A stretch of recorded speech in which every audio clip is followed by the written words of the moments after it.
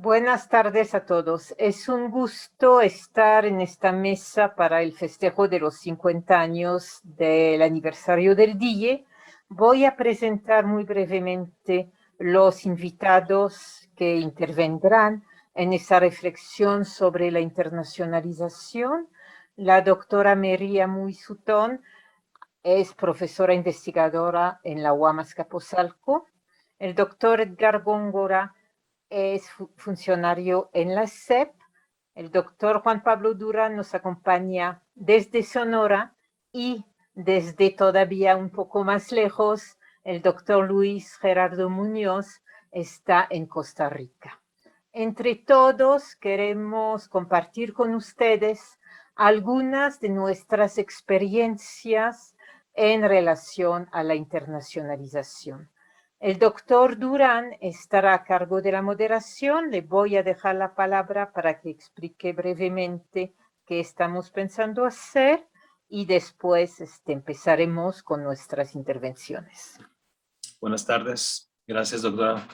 Buenas tardes a quienes enlazan esta mesa. Para nosotros es un honor participar en las actividades de celebración del 50º aniversario del Departamento de Investigaciones Educativas. Y en esta ocasión nos corresponde el desarrollo de la mesa temática sobre redes, territorialidades múltiples y recomposición de las agendas de investigación. Las redes de investigación han sido objeto de estudios empíricos, estudios teóricos en los últimos 50 años, en función de las implicaciones para el fortalecimiento de la cooperación y colaboración científica. En este sentido, el objetivo de la sesión consiste en reflexionar sobre cómo las redes de investigación contribuyen en el ensanchamiento y enriquecimiento de las agendas institucionales de investigación, incorporando nuevos tópicos o perspectivas a esta temática. En este sentido, en esta mesa se analizarán 3 experiencias de trabajo. La primera corresponde a la Cátedra UNESCO sobre aseguramiento de la calidad y nuevos proveedores de la educación. Y la segunda corresponde al Observatorio sobre movilidades académicas y científicas en América Latina. Y la tercera realmente corresponde con los recursos nacionales provistos por el Consejo Nacional de Ciencia y Tecnología mediante el programa de apoyo a las redes temáticas, es decir, a la RIMAC. En este sentido, para desarrollar esta mesa, nos acompañan como conferencista la doctora Sylvie Didou y como comentaristas los doctores Mary Muisutón, que ya lo presentó la doctora Didou, el doctor Edgar Góngora Jaramillo y el maestro Luis Gerardo Muñoz. La dinámica que tenemos prevista es iniciar con una presentación amplia a cargo de la doctora Sylvie Didou y posteriormente realizaremos una ronda de preguntas donde intervendrán nuestros invitados, nuestros comentaristas y en este sentido pues voy a ceder la palabra en este momento a la doctora Sylvie Didou para iniciar con esta presentación y posteriormente iniciar con la ronda de preguntas donde nuestros comentaristas realizarán una serie de aportaciones a una serie de preguntas generales. Adelante, doctora. Gracias, Juan Pablo. Cuando la maestra Irma Fuenlabrada y la doctora María de Ibarrola giraron hacia los profesores del DIE la invitación a expresar en su línea de investigación que tanto el DIE había contribuido a las agendas tanto de investigación como de política pública, yo pensé inmediatamente en intervenir sobre el tema de internacionalización que estuve trabajando en casi el cuarto de siglo desde el cual trabajo en el DIE. Pero una de las cosas que rápidamente me surgió fue que era necesario insertar esa reflexión sobre las temáticas dentro de una reflexión quizás más amplia sobre las formas como estuvimos trabajando en todos esos años. Cuando yo entré en el DIE, los proyectos sobre internacionalización apenas eran incipientes y eran muchas veces el resultado de reflexiones individuales. Conforme fue pasando el tiempo, empezamos cada vez más a trabajar en redes. Primero, redes nacionales con apoyo del PIES, ese programa de la Universidad de Aguascalientes, que empezó a financiar la formación de grupos de investigación. Luego, apoyos, por ejemplo, del Fideicomiso para América del Norte, del Colegio de México, con contrapartes de Estados Unidos y Canadá, que permitieron tener las primeras visiones comparadas de la internacionalización en el marco de NAFTA, es decir, en el marco de América del Norte. Y luego hubo muchas otras iniciativas, por ejemplo, el de la UNESCO, la del IESALC, y más recientemente, aunque desgraciadamente está algo en suspenso, la de las redes temáticas del CONACYT. ¿Qué aportó esto? Creo que aportó nuevos espacios para iniciar investigaciones sobre temáticas que no estaban suficientemente documentadas, tanto desde el punto de vista del análisis como de las fuentes. En ese sentido, empezamos con formatos más o menos clásicos, centrados en la evaluación, por ejemplo, de políticas de cooperación y principalmente de lo que ha sido hasta fechas muy recientes el armazón principal de las políticas de internacionalización, es decir, las políticas de movilidad. Si uno revisa en América Latina en general, ¿cuáles las actividades para internacionalización donde ha habido la mayor productividad? Encuentra sin duda alguna que es sobre el funcionamiento de los programas de intercambio estudiantil, con diversas perspectivas, pero el foco es constantemente el mismo. En cambio, otros temas muy importantes ni están documentados en forma sistemática a nivel nacional o regional, o no han sido suficientemente analizados. Pienso, por ejemplo, en los temas de internacionalización del currículum, de movilidad académica y de redes. En ese sentido, ¿en qué medida el pasar de una perspectiva individual en la cual uno es muy fácilmente abrumada por el número de cosas que sería interesante ver y que no le alcanza ni el tiempo ni las fuerzas para abordar, a estructuras colectivas de investigación? Creo que son muchas. Una de las ventajas es el enriquecimiento de las perspectivas, tanto dentro de redes nacionales como de redes internacionales. A nivel nacional, tanto en el OPSMAC como en la RIMAC tuvimos, y eso me parece que fue una de nuestras fortalezas, participación de gente, tanto de universidades privadas como de universidades públicas, lo que permitió diálogos entre académicos ubicados en estructuras muy distintas en cuanto a sus desarrollos y a la visibilidad que le daban al tema de la internacionalización de sus propios procesos. Pero también aparecieron otras cuestiones interesantes. Yo les voy a mencionar solamente dos. Una de ellas, la primera, es que sobre un tema general como la internacionalización, hay en cada país intereses diferentes. En México mucho se habla de las políticas, sea a escala institucional, sea a escala nacional o como objeto de cooperación.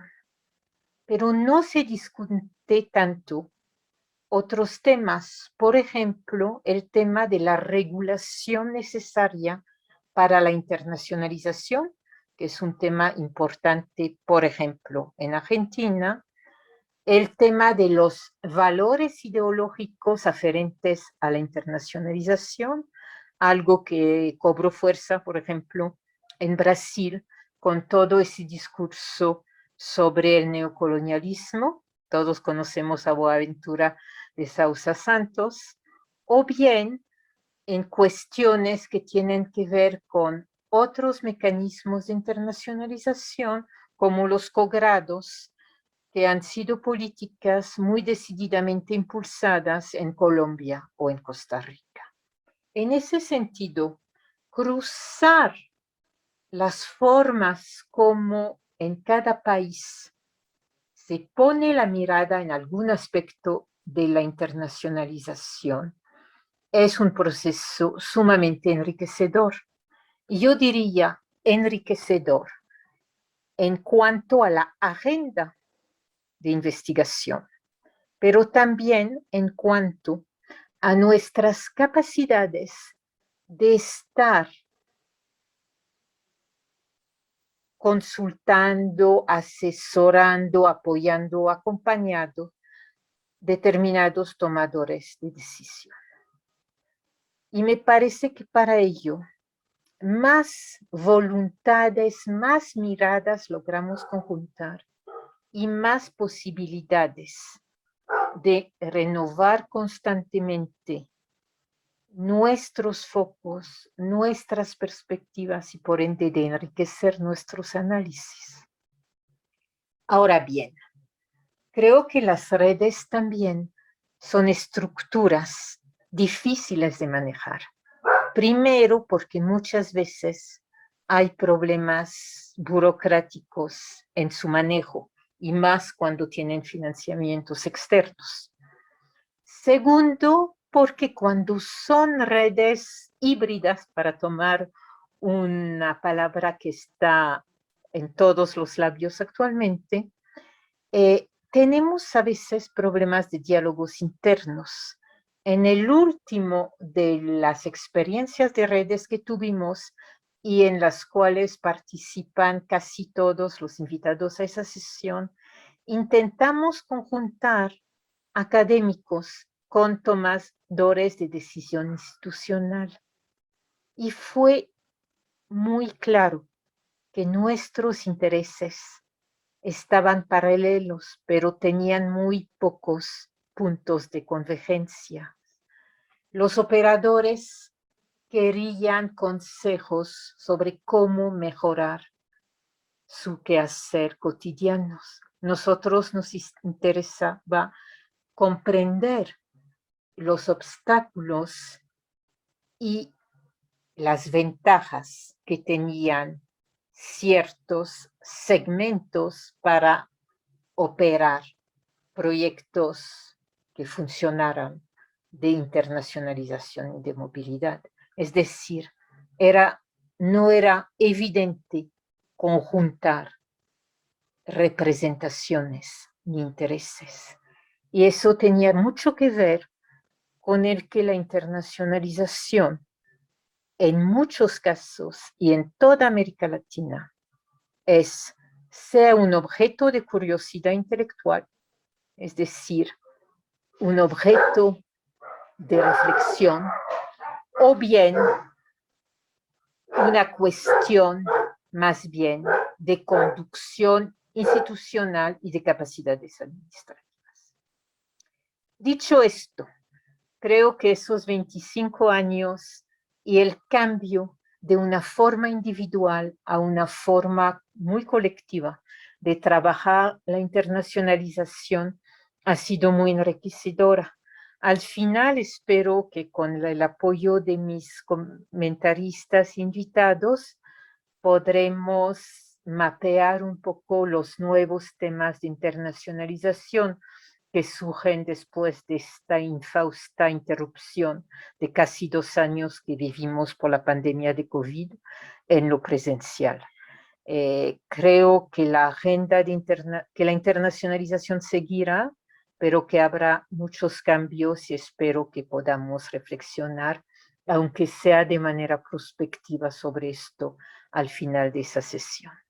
Hasta ahí lo dejaría para que mis compañeros, colegas y exestudiantes puedan abundar en lo que les pareció importantes en todos estos años en los cuales trabajamos conjuntamente.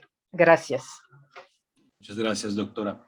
Entonces, a partir de este balance inicial que hace la doctora Sylvie Didou sobre la transición del análisis individual de los procesos de internacionalización hacia los procesos colectivos de análisis de las distintas dimensiones de la internacionalización, conviene formular una primera pregunta para los comentaristas que nos acompañan en esta sesión. Esta primera pregunta es la siguiente. ¿Cuáles son las perspectivas conceptuales, los instrumentos y los asuntos documentados dentro de las redes para la confección de agendas compartidas de indagación? En este primer bloque pudiéramos iniciar, si les parece, con la intervención de la doctora Mary Jamui. Pudiéramos continuar con la intervención del doctor Edgar Góngora y cerraríamos este bloque con la intervención del maestro Luis Muñoz. Entonces, cedemos la palabra a la doctora Mary Jamui para que pueda realizar su intervención. Adelante, Mary. Gracias, muchas gracias. Bueno, buenas tardes. Antes de comentar lo referente al tema de la mesa, quiero felicitar al Departamento de Investigaciones Educativas por su 50 aniversario. Me siento muy honrada en participar en este evento tan importante para el departamento y para la investigación educativa del país. En el DIE participan investigadores y estudiantes que reconozco y admiro mucho, que han contribuido a prácticas y temas diversos, que han marcado agendas, explorado problemas, ampliado los horizontes y la reflexión académica y estratégica. Su trabajo, de los que están aquí y de los que ya no nos acompañan, ha sido muy importante y ha influido en expectativas, en valores, en actividades de estudiantes, docentes y científicos de la academia. Con ellos, la comunidad de investigadores educativos ha enfrentado retos que han ayudado a generar y fortalecer el conocimiento científico realmente en el día a día. Bueno, ahora sí, tratando de regresar al tema y hablar de las perspectivas y justamente de esta transición a procesos colectivos, pues me gustaría plantear que entre estas experiencias de trabajo colectivo que se centra en los temas de internacionalización y de movilidad académica y estudiantil en la educación superior, pues destaca justo esta cátedra UNESCO sobre aseguramiento de la calidad de nuevos proveedores de educación superior en América Latina, y ubicada aquí en el centro, en el CINVESTAB. Esta cátedra fue creada en 2004, recibió apoyo de otros organismos internacionales y nacionales, y entre sus líneas prioritarias se observó justamente la internacionalización de la educación superior y de la ciencia, con énfasis en la cooperación académica, la movilidad docente, científica y estudiantil, la internacionalización del currículum, las redes de generación y la transferencia de conocimiento y provisión transicional de servicios de educación superior. En este esfuerzo fue apoyada por el Observatorio sobre Movilidades Académicas, OBSMAC, creado en 2010 por acuerdo de la Conferencia Mundial de la Educación Superior de la UNESCO, y en 2014 con la Red sobre Internacionalización y Movilidades Académicas y Científicas, el RIMAC, como dijo Sylvie, financiada por el CONACYT. Yo tuve la fortuna de ser parte de la Red sobre Internacionalización y Movilidades Académicas y Científicas, y realmente sí, es una red latinoamericana pionera sobre la internacionalización de los sistemas de educación superior y ciencia. Recuerda que ella convocó especialistas versados en el tema para contribuir a confeccionar agendas de investigación o de políticas innovadoras, y entre los ejes de la red destacaba la producción de investigaciones académicas en torno a la movilidad estudiantil, la circulación internacional de los científicos, transferencia de conocimientos disciplinarios, el análisis de políticas públicas para la internacionalización del currículo. El punto central de la red ha sido fomentar la internacionalización desde nuevas miradas para, desde esta perspectiva, influir en los dispositivos organizacionales diseñados justamente para concretar la internacionalización, para plantear iniciativas de diplomacia científica y prácticas de generación de saberes y de gestión. Bueno, ¿qué importancia tiene esto? Bueno, la importancia del análisis desde las distintas miradas de la internacionalización de los sistemas de educación superior y ciencia que se cultivan en esta red, pues se ha podido contribuir a ampliar la reflexión académica sobre internacionalización y el cambio de la educación superior, y se han producido libros, foros y espacios académicos de discusión. El DIE, como dijo Sylvie, puso sobre la mesa el tema de la internacionalización, ha contribuido con reflexiones y discusiones con y entre académicos nacionales e internacionales, ha tenido presencia en foros que han orientado justamente a acciones mundiales. No cabe duda que en estos 25 años que los investigadores han dado continuidad al tema, desde la cátedra IESAL, desde un poquito antes, y la cátedra IESAL, que hasta el RIMAC, pues que se ha complejizado la reflexión, se ha influido y se ha echado a andar una lógica con análisis críticos, con la medición de resultados en la educación superior en América Latina y el Caribe, y se ha coadyuvado a impulsar la internacionalización en las políticas públicas y en las institucionales de educación superior. Por supuesto que no fue terso el proceso, hubo efectos perversos como la contraposición de los propósitos de la internacionalización con algunos proyectos de desarrollo institucional, y no siempre empataban los propósitos de la internacionalización con el del fortalecimiento de un espacio regional de educación superior. Ahora estamos en un nuevo momento en el que hay que replantear y reestructurar el papel de la internacionalización en la educación superior, pues con la pandemia se han afectado las actividades, las expectativas y los valores, tanto de los docentes y científicos, como también de los tomadores de decisiones, de los estudiantes y de los administradores de las universidades. El cambio en las prácticas ha reconfigurado los escenarios de los actores y nos confrontan con lo que todavía es muy desconocido. Hace 3 décadas, el entorno mundial ya había empezado a experimentar profundos cambios derivados de la denominada sociedad del conocimiento. Ahora los cambios se han profundizado ante la pandemia y la creciente necesidad de conectividad humana y la circulación de información a escala planetaria y a velocidades nunca antes imaginadas. Es inminente reconocer que existe un nuevo orden, o desorden más bien internacional, que influye en las dinámicas de la producción del conocimiento y en las valoraciones sobre el potencial de la utilidad y de su utilización. La internacionalización del conocimiento será cada vez más importante, y es necesario justamente propiciar la circulación de ideas, teorías y modelos de pensamiento, generar procesos en el que se pueda fertilizar justamente los intereses y avivar este sentido de investigación con nuevos temas y nuevas aristas. Y bueno, las vías para lograrlo, pues justo como se ha dicho, han sido la movilidad de individuos, la internacionalización del currículum, las ofertas online de programas formativos, las redes de investigación, entre otras cosas. Y creo que habremos de pensar en potenciar a los individuos, que son justamente los portadores de saberes. Ellos son el motor de la circulación de conocimientos y quienes contribuyen a formar justamente las redes en las que se tejen esos intercambios entre países, regiones, continentes, ya sea de manera virtual o presencialmente. Bueno, podría decir que la internacionalización no es un fin en sí mismo, sino una parte de la estrategia que pueden adoptar las instituciones de educación superior para poder conseguir los objetivos académicos.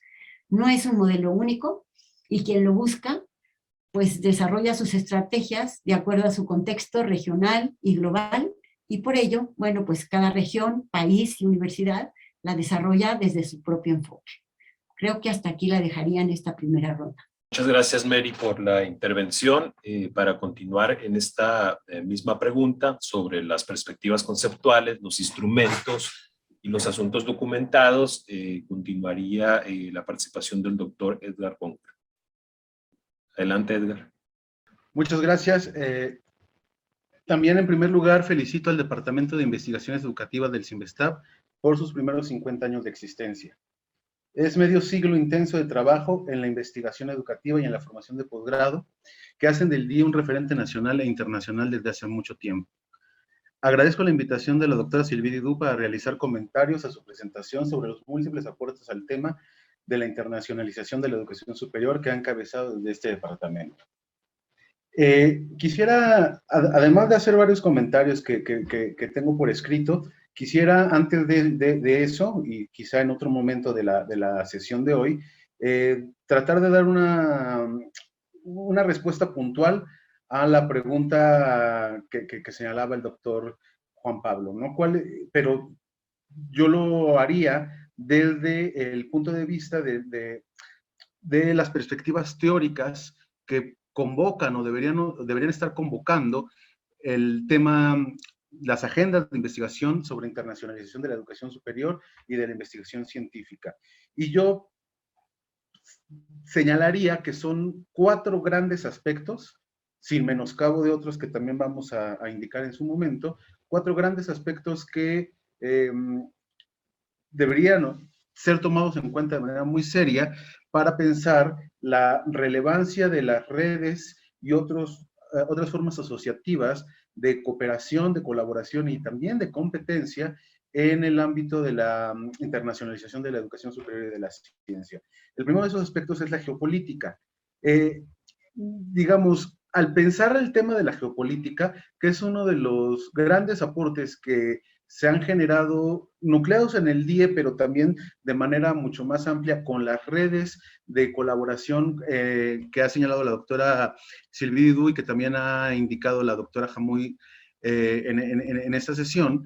Me parece a mí que el punto de partida para pensar las redes internacionales es pensarlos en una clave geopolítica.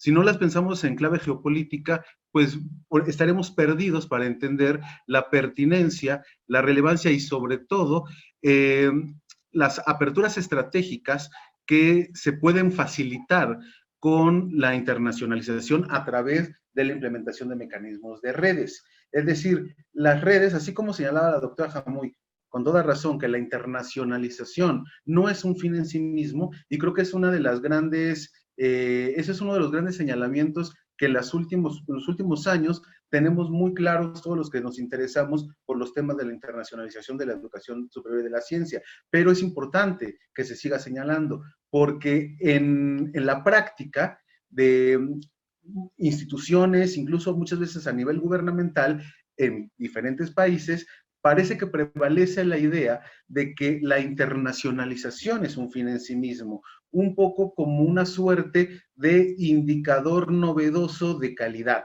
Es decir, se subsume la internacionalización a una idea de calidad que no necesariamente va a tener efectos en las prácticas de educación superior, tanto en su vertiente docente o en su vertiente propiamente de investigación científica.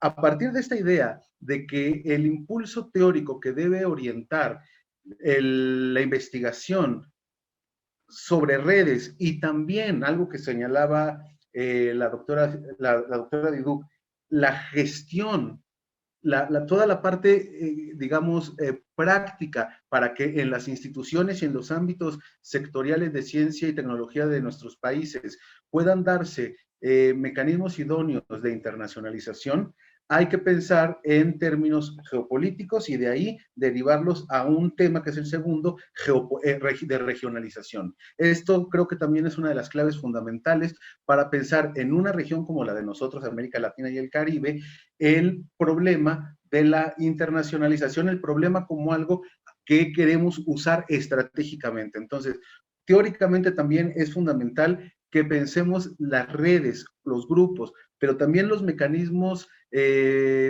otro tipo de mecanismos o de situaciones de internacionalización en clave regional. Y esto lleva al tercer punto. Necesitamos todavía seguir pensando en las relaciones norte-sur, en las relaciones sur-norte y en las relaciones sur-sur como ideas, conceptos que nos van a permitir ir ubicando el tipo de internacionalización estratégicamente dirigida que instituciones de educación superior y de investigación científica y gobiernos en América Latina y el Caribe quieren implementar. Y por último, también es fundamental desde mi punto de vista para responder esta pregunta, es que pues tengamos en cuenta que las redes de investigación científica internacionales tienen comandos jerárquicos. Es decir, no necesariamente las redes son estructuras lo horizontales que la literatura o una parte de la literatura señala, ¿no? Una característica de las redes en casi todos los textos que leemos sobre redes es, digamos, la cualidad, o se destaca la cualidad de su horizontalidad. Esto en la práctica, en lo que muestra la evidencia empírica en los últimos años, es que eso es más bien un buen deseo y un buen propósito, e incluso un ideal si se quiere, pero las redes, al ser estructuras de organización, si se quiere, efímeras para el logro de un objetivo específico, al tener nodos, eso que estoy señalando, esos nodos también pueden funcionar, y de hecho lo hacen, algunos de esos, no todos los nodos, como comandos jerárquicos. Entonces creo que teóricamente también tenemos que avanzar en la construcción de ideas, pero también en la identificación o documentación empírica de estos comandos jerárquicos y su relevancia en la configuración, funcionamiento y sobre todo éxito de las redes internacionales de investigación. Yo dejaría aquí mi comentario por ahora. Muy bien, Edgar, gracias por aportarnos estos 4 elementos que de alguna manera sirven pues como dimensiones para hacer análisis concretos de los procesos de internacionalización, geopolítica, regionalización, relaciones norte-sur, sur-norte y los mandos jerárquicos, que son elementos pues sustantivos, ¿no? Para hacer estudios empíricos en las distintas regiones donde se opera en los procesos de internacionalización. Bueno, continuamos en el mismo bloque y en este momento cedo la intervención al maestro Luis Muñoz. Adelante, maestro. Muchas gracias, Juan Pablo. Buenas tardes. En primer lugar, disculpas por no utilizar la cámara. Vivo en Costa Rica, aquí soy costarricense y además vivo en el campo. Entonces, estamos con algún problema de conexión. Y un agradecimiento a la doctora Edido por la invitación, y como exalumno del DIE, un gran reconocimiento por esos 50 años de aniversario. Vamos a ver. En primer lugar, les quiero contar que yo vengo de mi primera experiencia en redes fue en el Consejo Superior Universitario Centroamericano, que es un organismo regional de las universidades públicas de Centroamérica, de todos los países, y donde trabajé coordinando redes en sistemas de bibliotecas, principalmente, y en estudios de posgrado. A partir de esta experiencia, yo tipificaría 3 tipos de redes en las que he tenido la oportunidad de participar. Las del SUCA, son redes que yo llamaría institucionales. Es decir, son redes que pertenecen a instituciones. En este caso, el SUCA, como organismo regional de la educación superior pública, es la institución propietaria de las redes junto con las universidades. Ahora, estas redes no califican, digamos, como redes de investigación, sino que son redes para la mejora y el fortalecimiento de sistemas universitarios. Otro tipo de redes es estas, como las que estamos comentando, el OSMAC, la RIMAC, que son redes temáticas de investigación y que son redes que están alojadas en instituciones, pero que no pertenecen a estas instituciones. Esta tipificación es importante porque en el primer caso, en la red del Zuca, estas redes tienen una estabilidad en el tiempo, en la medida en que son financiadas por la institución. En este caso, las redes de investigación, tenemos que, sí, como se mencionaba ahora hace un momento, pueden ser muy efímeras, dependen de financiamiento externo, y como mencionaba la doctora Didú, presentan problemas, por ejemplo, de incompatibilidad de intereses entre las personas integrantes o las instituciones integrantes de la red y de los representantes de las instituciones donantes.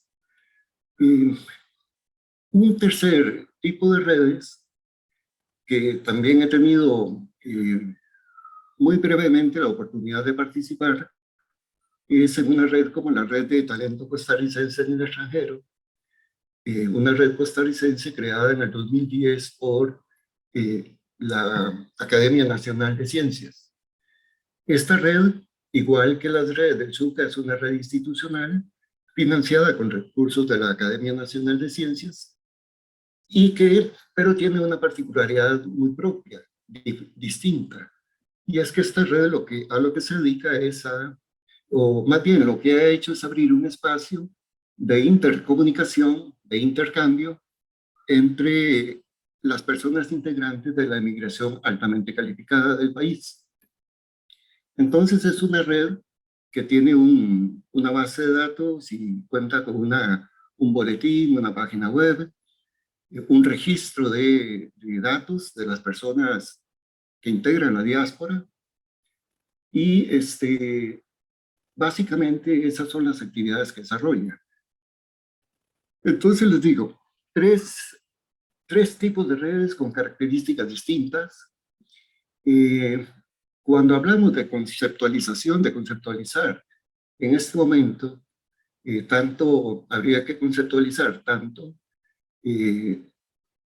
lo que es una red de investigación, una red temática de investigación, y lo que es la internacionalización, reconceptualizar la internacionalización en las instituciones de educación superior. Me quedo pensando en esto que proponía Edgar, en estas relaciones, en este tipo de relaciones, norte-sur, sur-norte, sur-sur. Hay experiencias, me parece, en América del Sur, en Centroamérica, la experiencia es bastante antigua, del trabajo en red, no propiamente repito, en redes de investigación, pero sí hay una experiencia acumulada de trabajo en red. Ahora, ¿qué es lo que ocurre?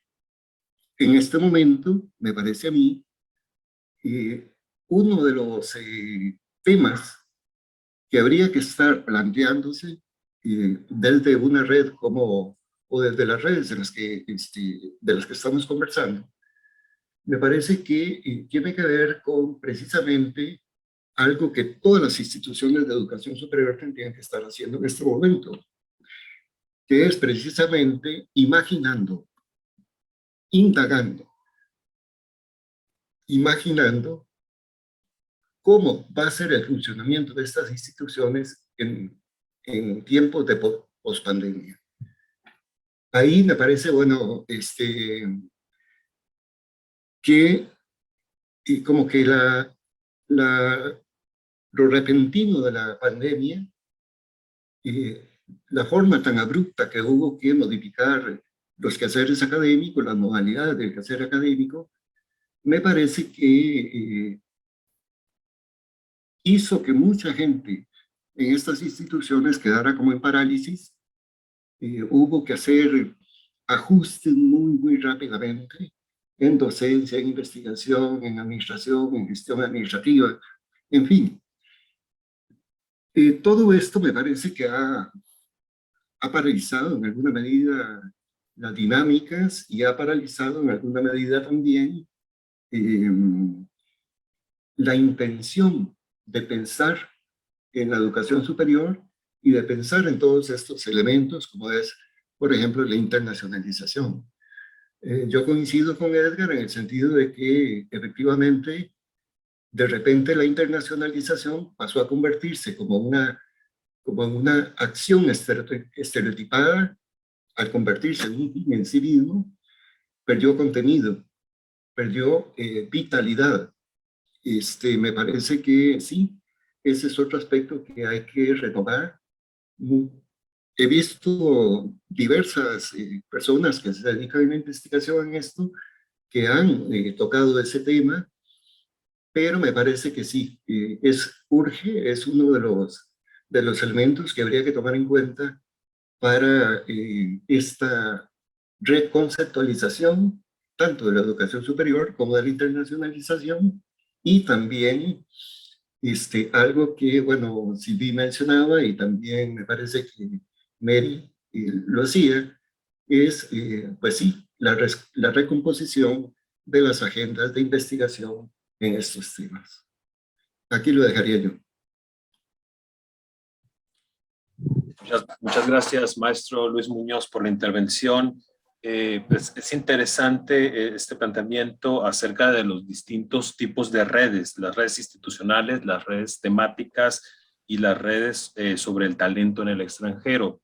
Entonces, en este sentido y haciendo un puente hacia el siguiente bloque, siguiente pregunta, convendría ahora hacer una reflexión acerca de cómo funcionan los mecanismos de organización, participación, regulación y las modalidades de funcionamiento de las redes en la perspectiva de su inserción en las estructuras organizacionales y en las nuevas modalidades de producción del conocimiento. Entonces, para iniciar las intervenciones en este bloque, haríamos un cambio en la organización y le pediríamos a Edgar Góngora que iniciara con su intervención.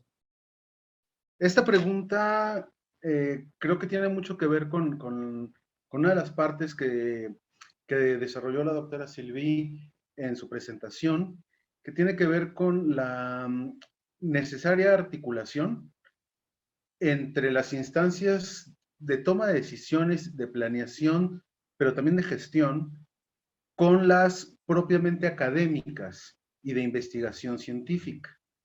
Es decir, las redes, si bien funcionan a partir de sus propios parámetros y de sus propias condiciones y situaciones, no están actuando y nunca actúan de manera aislada del entorno institucional, nacional e internacional en el que se inscriben. En ese sentido, los conceptos también muy usuales en los análisis, en la literatura sobre redes científicas de gobernanza, si bien es importante y arroja luces para investigación empírica, pero también para la reflexión conceptual y teórica sobre las redes, resulta insuficiente. Resulta insuficiente porque la gobernanza, puesto en términos, digamos, muy operativos y muy prácticos, resulta, desde mi punto de vista, y quizá eso sea un tema controversial y de posible discusión, resulta más un catálogo de buenas intenciones que una constatación empírica, y que finalmente, si nosotros vamos a investigar redes y vamos a investigar redes con el fin no solo de documentar su existencia, sino también de plantear las posibles rutas o los posibles cauces de acción para que las redes cumplan los objetivos que tienen en términos de producción de conocimiento, que es una de las partes sustanciales de la pregunta que lanzaba Juan Pablo, es si el objetivo en términos macro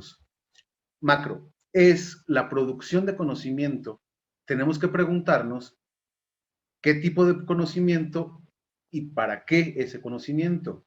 No desde el debate de ciencia básica y ciencia aplicada, no esos debates ven, David, desde la década de los 60, pues en muy buena medida demostró que son insustanciales. Es decir, a nivel de grupos de individuos, de grupos de investigación, de instituciones, de naciones y de entorno internacional, discutir si la investigación científica debe tener fines básicos o fines aplicados es algo que está en muy buena medida sustentado en visiones dicotómicas de la producción de los conocimientos.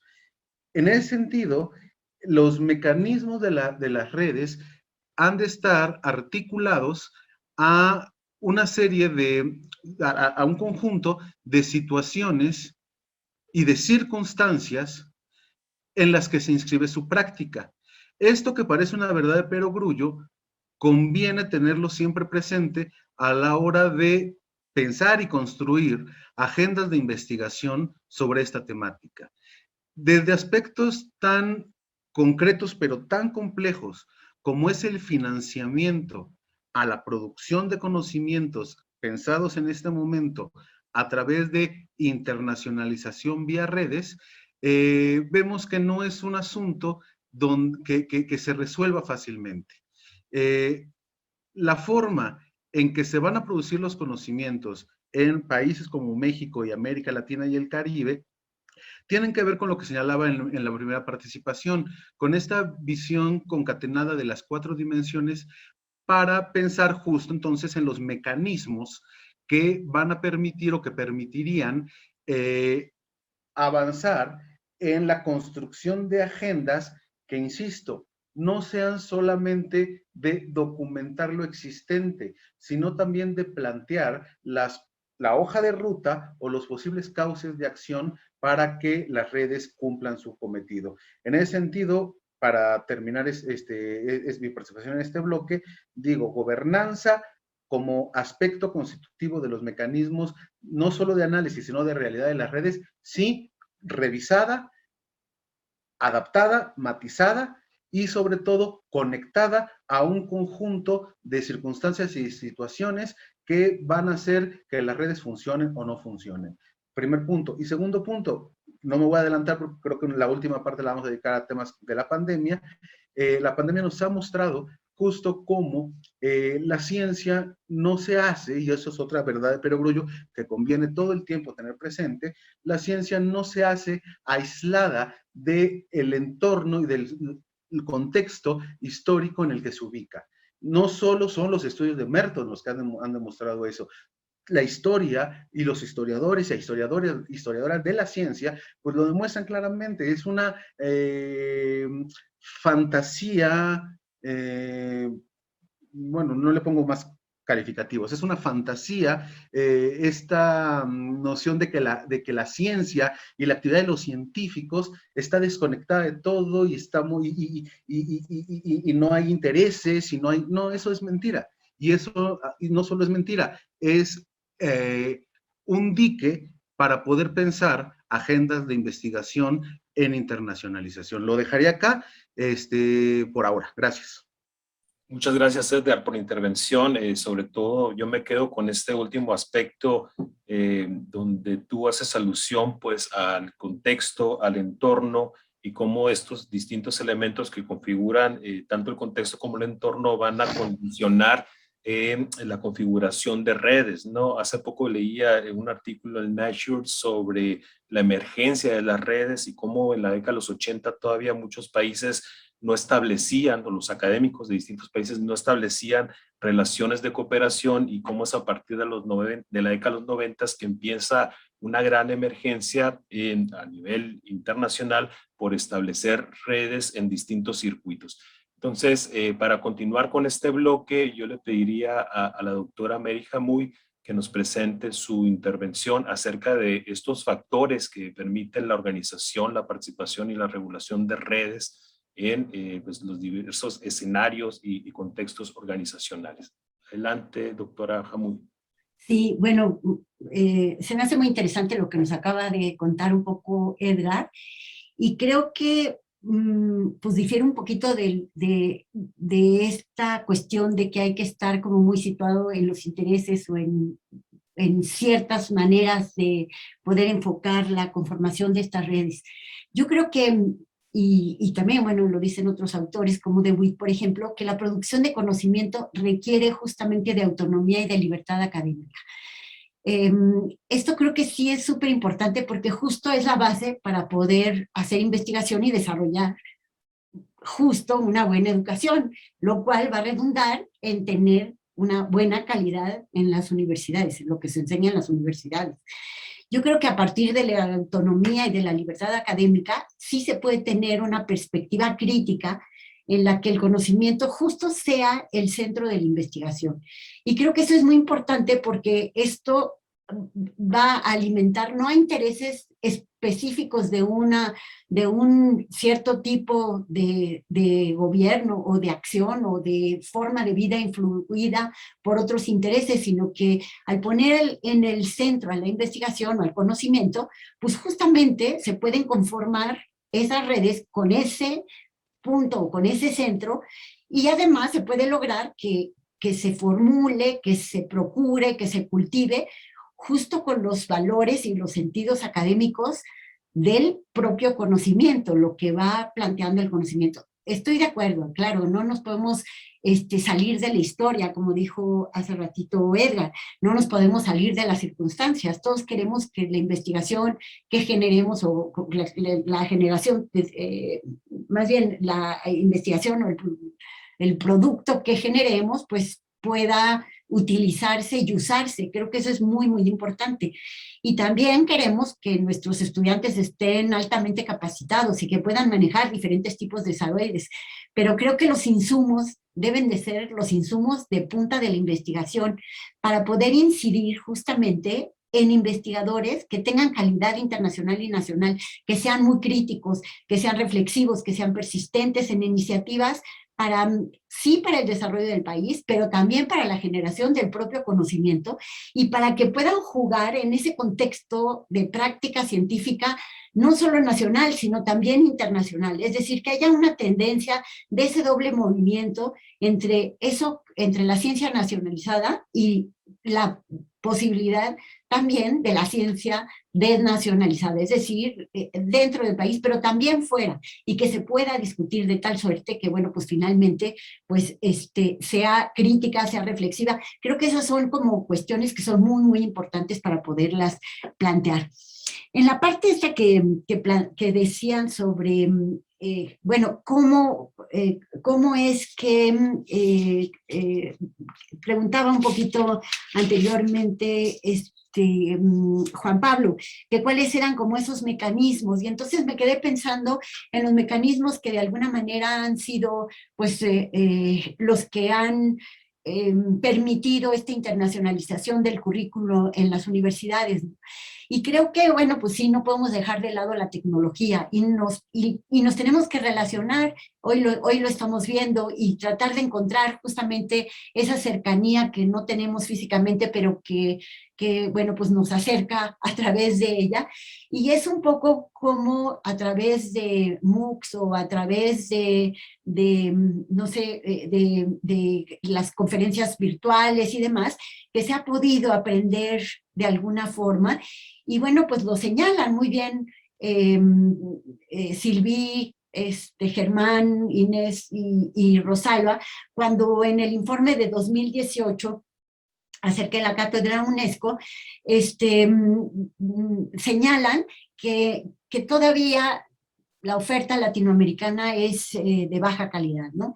Es decir, que todavía no está acreditada por agencias nacionales y solo un cuarto está articulada a las demandas del mercado laboral, además de ser pues muy cara de financiar por parte de las universidades. Yo creo que, bueno, este es un punto o un mecanismo en el que debiéramos tener como mucho cuidado. También creo que es muy importante el e-learning, también es una alternativa para hacer más eficiente la cooperación internacional, aunque sea difícil que reemplace los beneficios de la movilidad física internacional, pero bueno, pues al considerar el tipo de saberes, al considerar las prácticas formativas de las distintas disciplinas, como también lo mencioné hace un momento Edgar, pues el acompañamiento cercano y las prácticas intensivas e inmersivas de este entrenamiento, pues a lo mejor no se pueden llevar a cabo como uno quisiera, pero bueno, se pueden informatizar. Entonces yo creo que también el estudiante y el investigador necesitan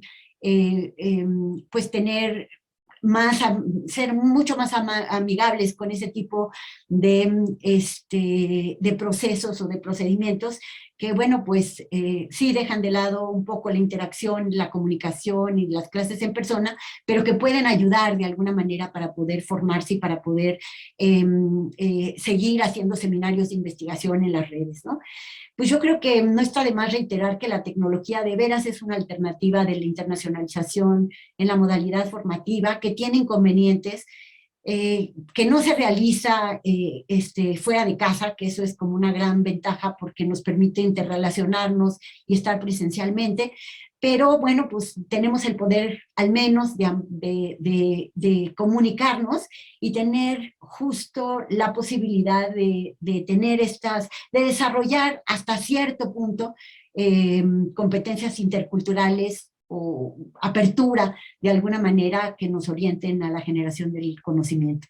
Entonces yo creo que sí, que en un buen plan de estudio internacional, pues debiéramos tener esta visión de cómo tratar de implementar o tratar de producir esta competencia intercultural desde la disciplina y desde el programa que finalmente bueno, pues está tratando de dar cuenta del conocimiento propio de esa disciplina, ¿no?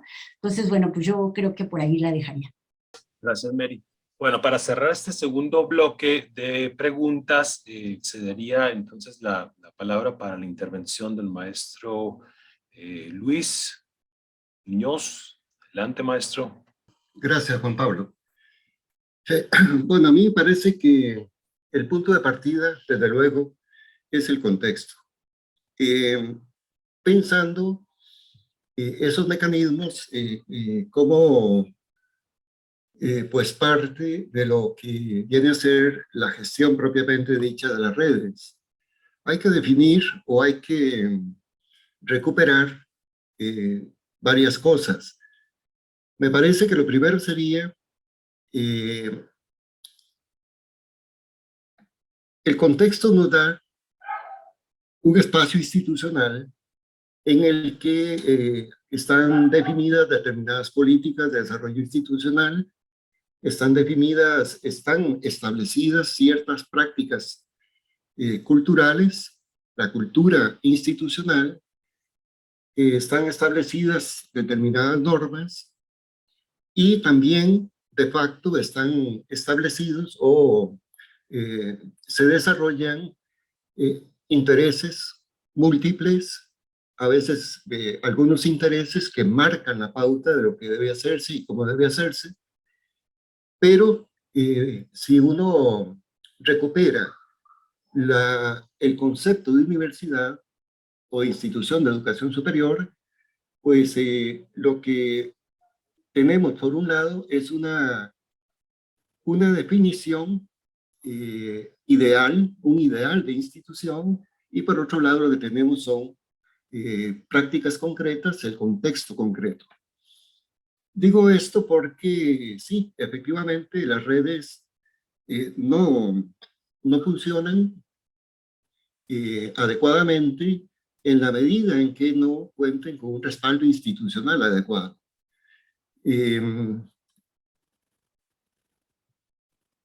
Desde mi punto de vista, esta problemática es una problemática que habría que estudiar, habría que investigar in situ, y aquí entra el elemento político, que quienes integran la red, o más bien la investigación que se realiza sobre estos aspectos, tendría que proponerse incidir efectivamente en las administraciones superiores, incidir en las comunidades académicas y también hacer una presentación o una inserción de todos estos temas en los planes de estudio, en los currículas de las carreras. Quizá se puede utilizar, digo yo más bien, la vía para hacer esto a nivel de programas de carrera, tendría que ser de manera transversal. En Costa Rica, por ejemplo, existen programas de intercambio que se manejan, se conceptualizan como una parte de la internacionalización, pero que en realidad no están favoreciendo una formación del estudiantado de la manera en que se pretende. No, se trata de quizá hacer pasantías, pero esas pasantías no logran desarrollar en el estudiante esa visión. El estudiante que luego será un futuro profesional y que como futuro profesional o como ya profesional, como profesional presente, podría aprovechar la experiencia de participar en estos programas, en estos espacios de internacionalización, para llevar la internacionalización a las áreas profesionales donde luego se vaya a desempeñar. Dentro de los contenidos que debe haber en los mecanismos, me parece a mí fundamental, es una cooperación solidaria. Aquí me ubico en un concepto muy tradicional de lo que es la cooperación universitaria a nivel internacional, interuniversitaria. Y tiene que ver también con esto que Edgar mencionaba de las relaciones. Y ha habido o existe una tradición en las redes de una especie de, como decía Edgar, jerarquías, controles jerárquicos, que impiden muchas veces una genuina participación de algunos integrantes de las redes. Y esto tiene que ver con también, voy a usar una palabra tal vez un poco molesta, pero tiene que ver con una imposición de agendas de investigación por parte de quienes tienen las redes bajo su mando. Esto tiene que ver mucho con la cooperación solidaria. La cooperación solidaria en contexto de redes no puede ser de imposición de nada. Tiene que ser una relación de intercambio horizontal y solidario. Pienso que por ahí, dentro de los elementos que habría que tomar en cuenta para pasar después a pensar en los mecanismos, que podrían ser, habría que hacer una revisión de mecanismos tradicionales, a ver cuáles de ellos en tiempos post-pandemia podrían continuar sirviendo como han venido sirviendo, o qué modificaciones habría que hacerles. Entonces, esta parte, esta dimensión que yo calificaría de política y ética también, tiene que ver con lograr efectivamente una relación en red, una coordinación en red, una integración en red, en esos términos de horizontalidad y de cooperación solidaria. Y eso sería de momento. Muchas gracias. Entonces, en este bloque se han mencionado distintos mecanismos que pudieran incidir en la operación de las redes, ¿no? Edgar nos hablaba acerca de los procesos de gobernanza, de financiamiento. Mary hacía alusión a la autonomía que debería existir, a la operación transversal de distintos componentes, a elementos políticos, a la cooperación solidaria. O sea, son distintos elementos que entran en juego para desarrollar los procesos de internacionalización en los establecimientos. Bueno, para abrir el siguiente bloque, la pregunta sobre la que giraría la reflexión sería: ¿cuál es la productividad de las redes en cuanto a saberes científicos, asesorías, difusión, información, condiciones y condicionantes para la transferencia de conocimientos mediante el trabajo colaborativo a partir de diversas situaciones nacionales? Esa sería la tercera y última pregunta, y le pediría a Edgar que iniciara con su participación.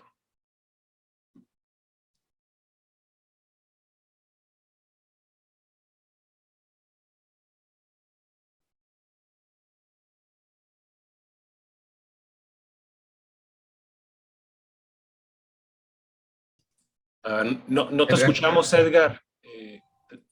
¿Podrías activar el micrófono? Perdón, sí, ya no lo había visto.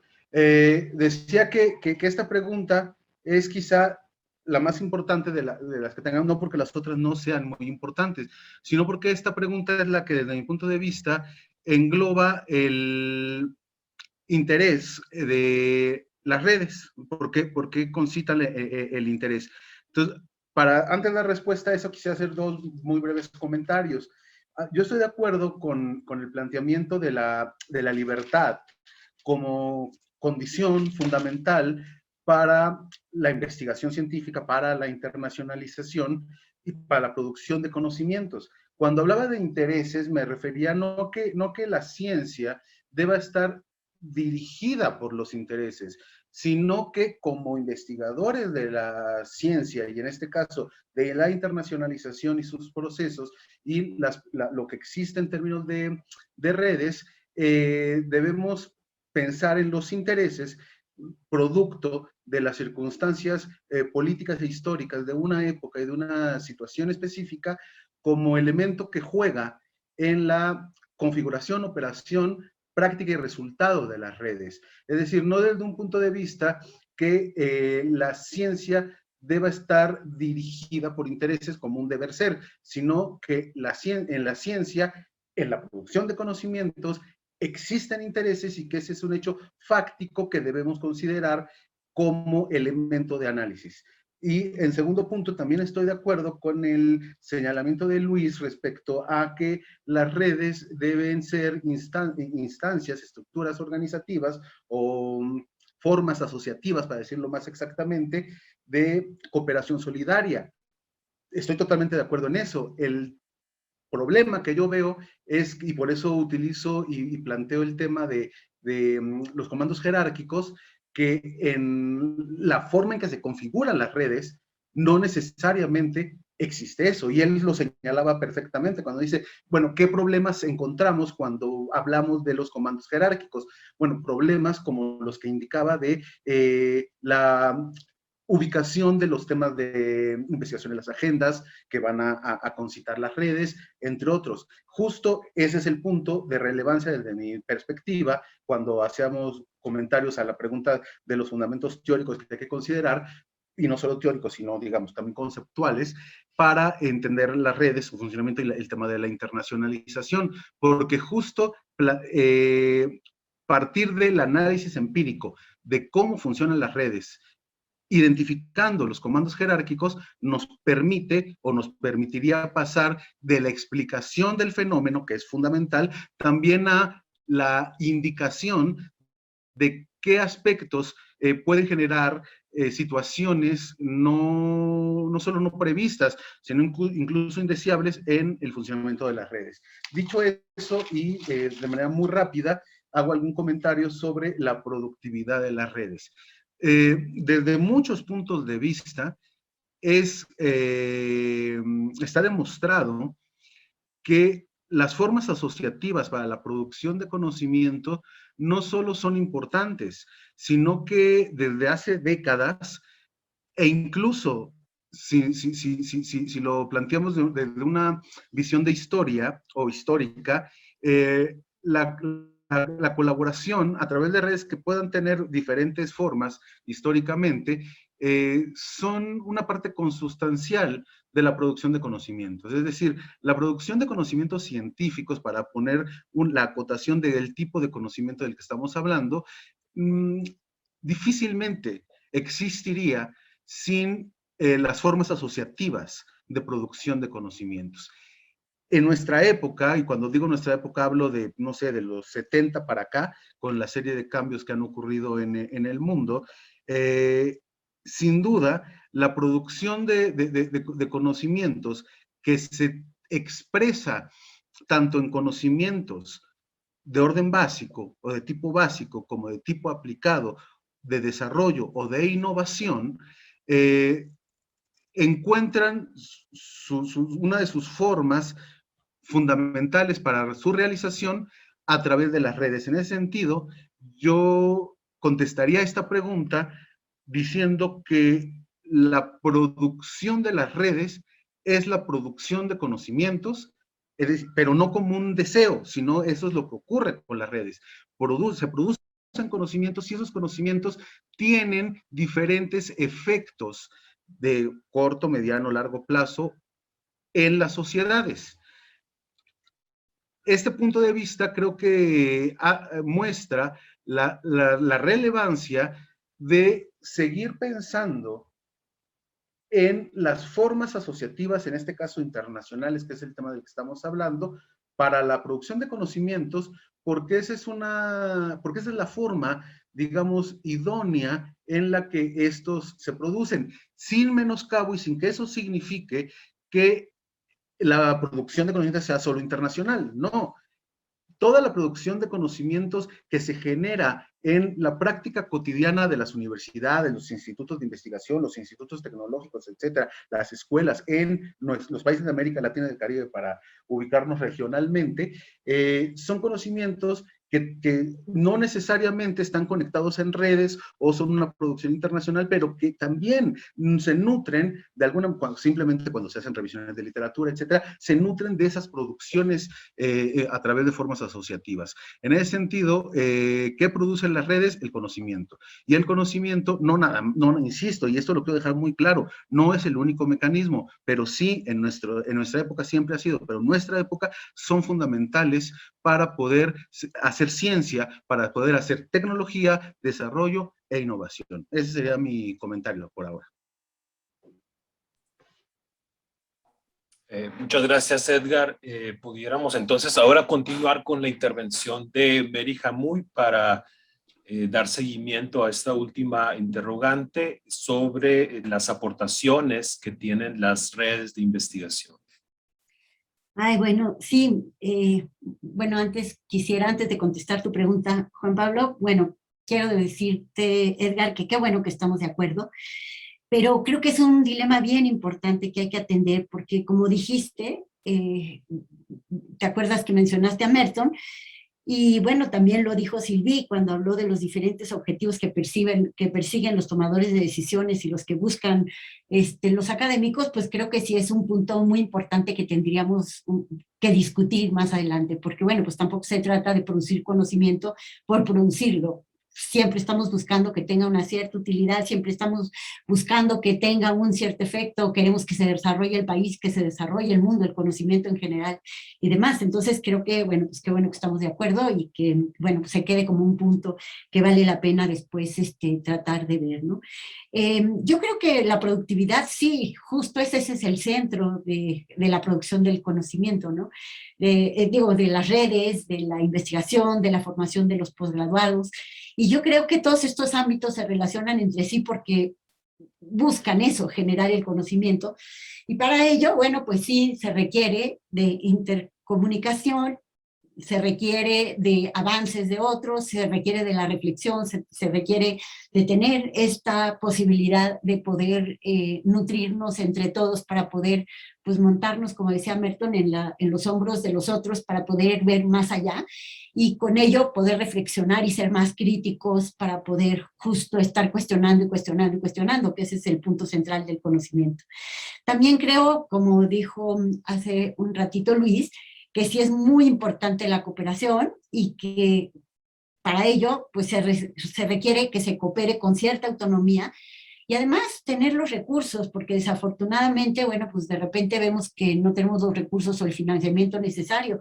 De repente vemos que, bueno, pues hay inclinaciones en distintos países que son como más nacionalistas o perciben de alguna forma o los gobiernos persiguen que la educación pues es muy elitista o que absorbe demasiado financiamiento y que, bueno, pues a lo mejor piensan que no es de utilidad pública, ¿no? Y entonces, pues ante estas situaciones, pues sí, tendríamos que hacernos como muy conscientes de que hay obstáculos para poder producir ese conocimiento, pero también es cierto que tenemos que pensar que ese conocimiento se tiene que compartir, se tiene que discutir, y que si no lo hacemos, pues las universidades mexicanas pues pueden aislarse en el conocimiento de punta o en los problemas que son globales, como por ejemplo, no sé, la salud, la educación, la pobreza, el clima, que son problemas en los que el país sí tiene que ejercer como cierta autonomía para hacer su propio tipo de investigación, pero también tiene que tener esa cooperación como internacional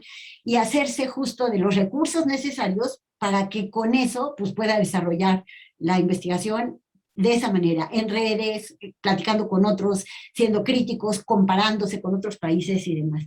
Yo creo que es de sentido común también pensar que no estamos en un momento en el que se puede impulsar muy fácilmente, que estamos en un momento de ajustes y que, bueno, pues finalmente es importante plantear que no se van a acabar de alguna manera las redes. Pienso, por ejemplo, en los científicos más duros, haz de cuenta que de alguna manera pues tienen que producir el conocimiento y tienen que mandar a sus estudiantes, por ejemplo, fuera para poder conocer las nuevas metodologías que se dan, por ejemplo, en bioquímica o en física, y que si no tuvieran esa posibilidad o no pudieran hacer esos posgrados fuera, quedarían fuera del conocimiento, porque hay algunas disciplinas que son más universalistas, y al ser universalistas, pues el conocimiento está en el mundo, no está localizado, sino que está disperso, y que bueno, pues hay que estar detrás de esas revistas internacionales donde se publica para poder estar al día en eso que está sucediendo. Entonces,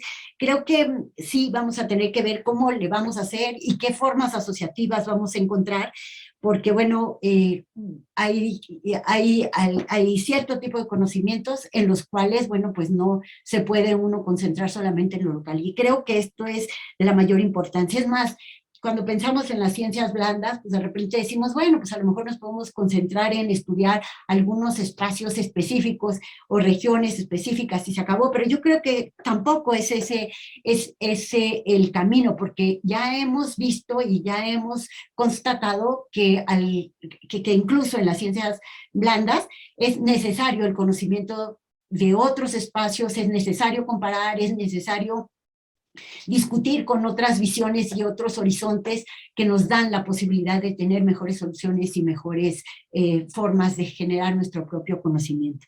Bueno, creo que hasta ahí la dejaría, y después, si hay otra ronda o lo que sea, o en las preguntas y respuestas, o en esa parte que habían planteado, para poder ver qué retos son los que enfrentaríamos, pues podría volver a intervenir, pero por lo pronto, pues ahí lo dejaría. Muchísimas gracias. Gracias, Mary, por la contribución. Vamos a cerrar este tercer bloque de preguntas con la intervención del profesor Luis Muñoz, y una vez que se concluya, cedería la palabra a la doctora Sylvie Didou para cerrar con los tres bloques, y posteriormente abriríamos una sesión de preguntas y respuestas en donde los participantes de esta sesión pues pudieran hacer alguna formulación a la conferencista y a los comentaristas de esta mesa. Adelante, maestro Luis Muñoz. Sí, yo también coincido en que la productividad de las redes es muy significativa en diversos aspectos. Y pues un primer aspecto sería la propia formación personal que se adquiere, se desarrolla participando en las redes, la identificación en colectivo de temas de investigación, y ya propiamente la productividad en investigación es abundante y es de mucha calidad. Existen otros aspectos de productividad, como por ejemplo asesorías. De mi parte, en mi experiencia de participación en el OSMAC y en RIMAC, puedo decir que se hizo una investigación acá en Costa Rica que prácticamente nunca se había hecho sobre la emigración costarricense altamente calificada. Se hizo en el marco de mi participación en estas redes. Los resultados de esa investigación motivó a alguna gente en Costa Rica para que el propio programa Estado de la Nación, que se dedica a hacer informes periódicos, informe del Estado de la Nación, informe del Estado de la Educación, Poco tiempo después sacó también una investigación o un informe en estos temas. Ese es digamos, una expresión de productividad del trabajo en red.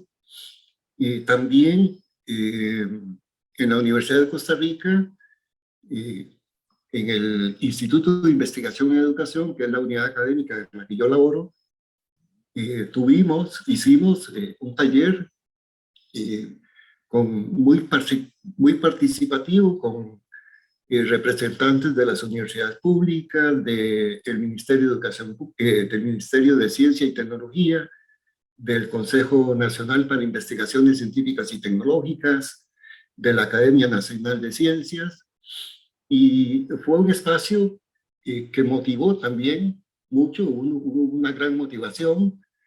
En este evento tuvimos a la doctora Didú como haciendo la conferencia magistral de apertura del taller. Esa es otra expresión de la productividad que se logra en red. Yo creo que independientemente o más bien,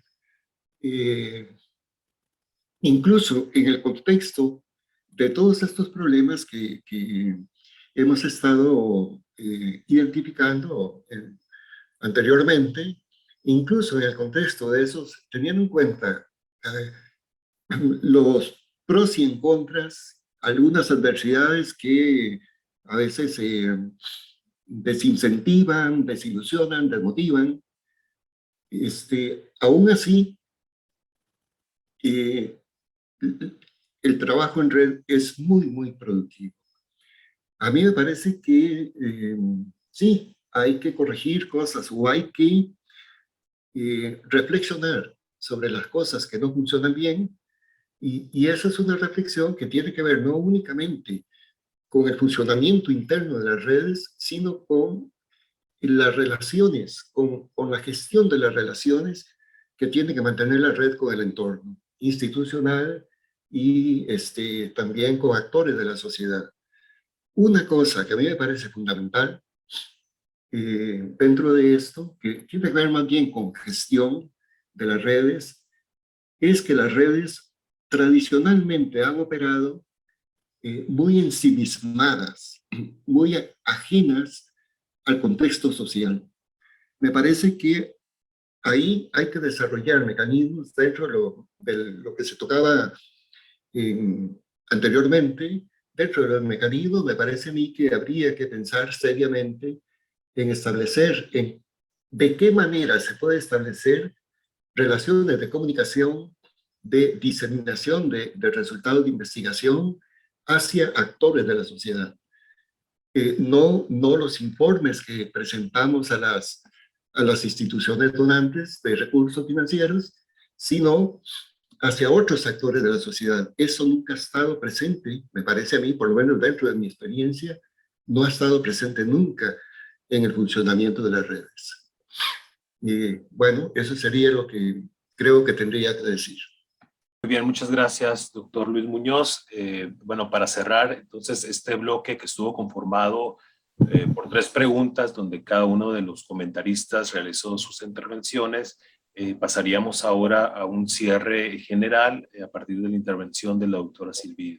Gracias, Juan Pablo. Antes de proceder a este cierre, quiero manifestar mi agradecimiento a Mary, con la cual desde hace ya varios años tenemos un diálogo permanente, aunque a veces entra más en suspenso que en otros momentos, y también manifestar mi enorme agradecimiento y satisfacción de ver y oír a Edgar, a Luis y a Juan Pablo, que fueron hace ya muchísimos años mis alumnos y que se han convertido en brillantes investigadores con sus intereses propios.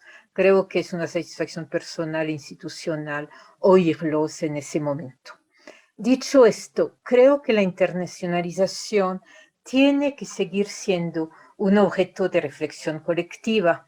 Ahorita la RIMAC desgraciadamente está un poco en receso por la suspensión del programa de redes temáticas, pero creo que entre nosotros tenemos que inventar nuevas formas de pensar juntos la internacionalización. ¿Por qué?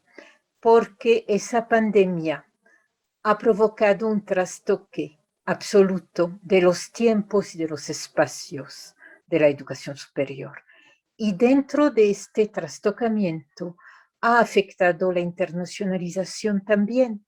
No digo que la ha afectado tanto en los términos coyunturales a los cuales nos solemos referir cuando hablamos del derrumbe de la movilidad internacional, que es cierto, pero que a lo mejor será una situación que en algunos años se resolverá.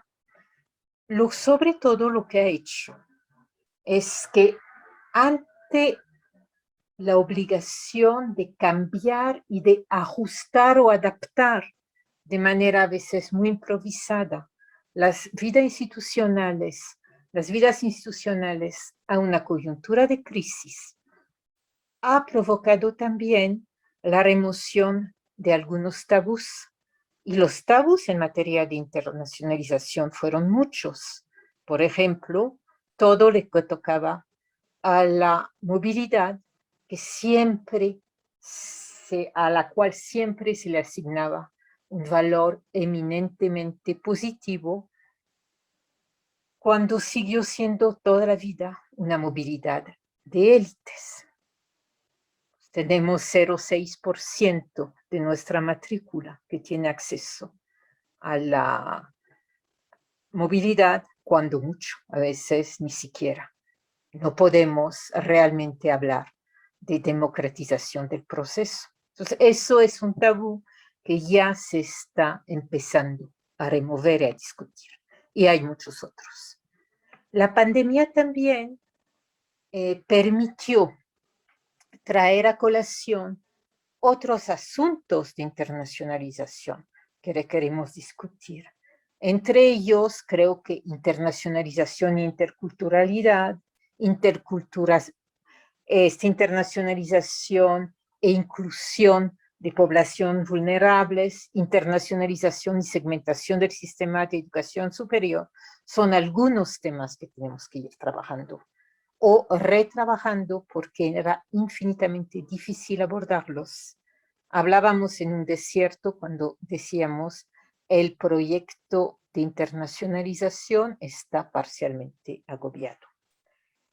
Y finalmente creo que tenemos también, y eso es un puente hacia la toma de decisión política, recordar que históricamente la internacionalización ha sido una política reactiva, en el sentido, como le decía Edgar, que se ajustó oportunidades más de lo que fue muestra de una política más o menos autónoma, y también fue en cierta forma una política sacralizada.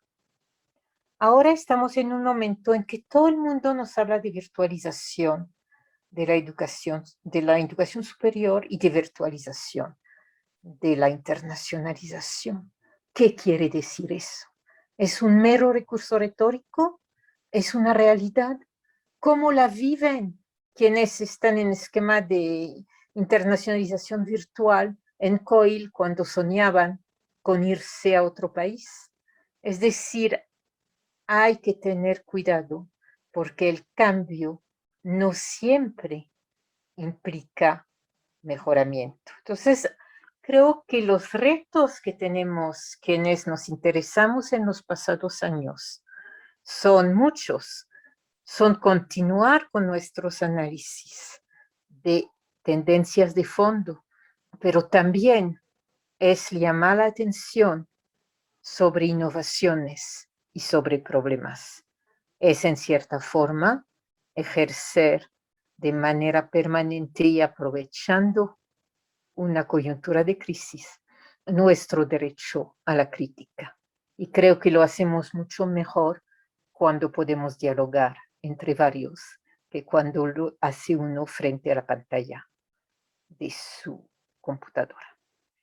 Hasta aquí lo dejaría, sea para que Juan Pablo nos diga las preguntas y que los invitados las respondan, sea que demos una vuelta de cierre a cada uno de ellos, como tú veas la organización final, Juan Pablo. Y gracias otra vez a ustedes que me acompañaron en esa mesa.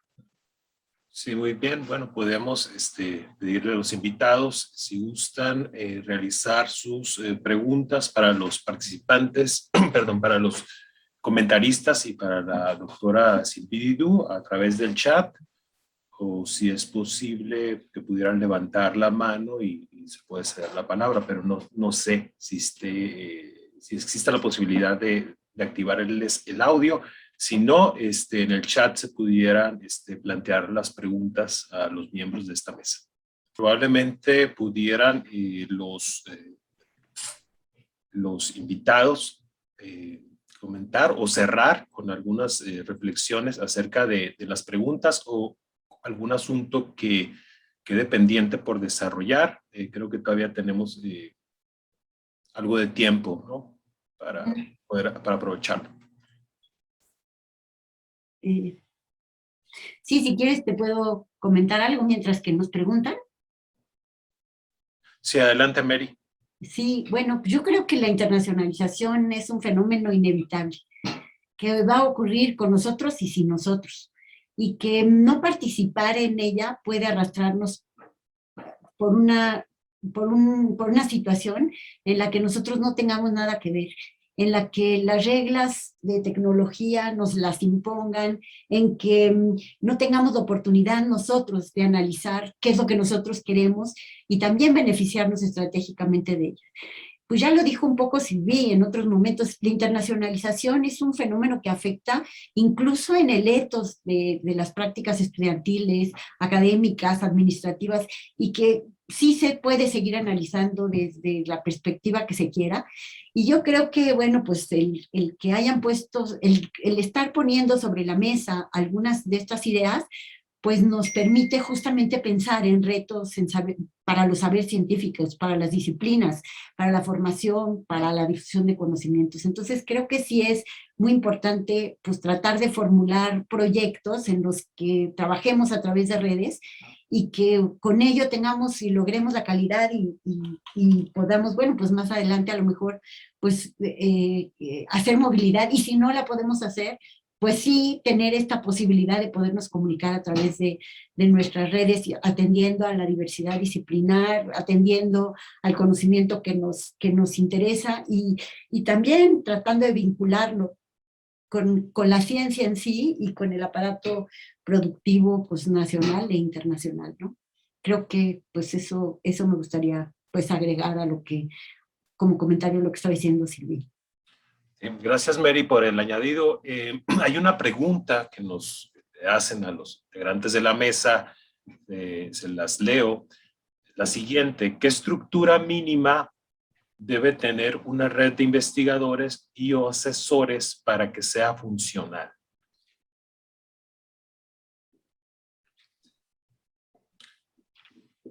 Entonces, si quieren intervenir, Mary, Edgar, Luis, incluso, bueno, la doctora Silvidou. Se las leo de nuevo. ¿Qué estructura mínima debe tener una red de investigadores para que sea funcional? Esa es una primera pregunta. Si quieren, empezamos con esa pregunta. Tenemos otra, pero podemos hacer una ronda para responder a esa primera interrogante. Sí.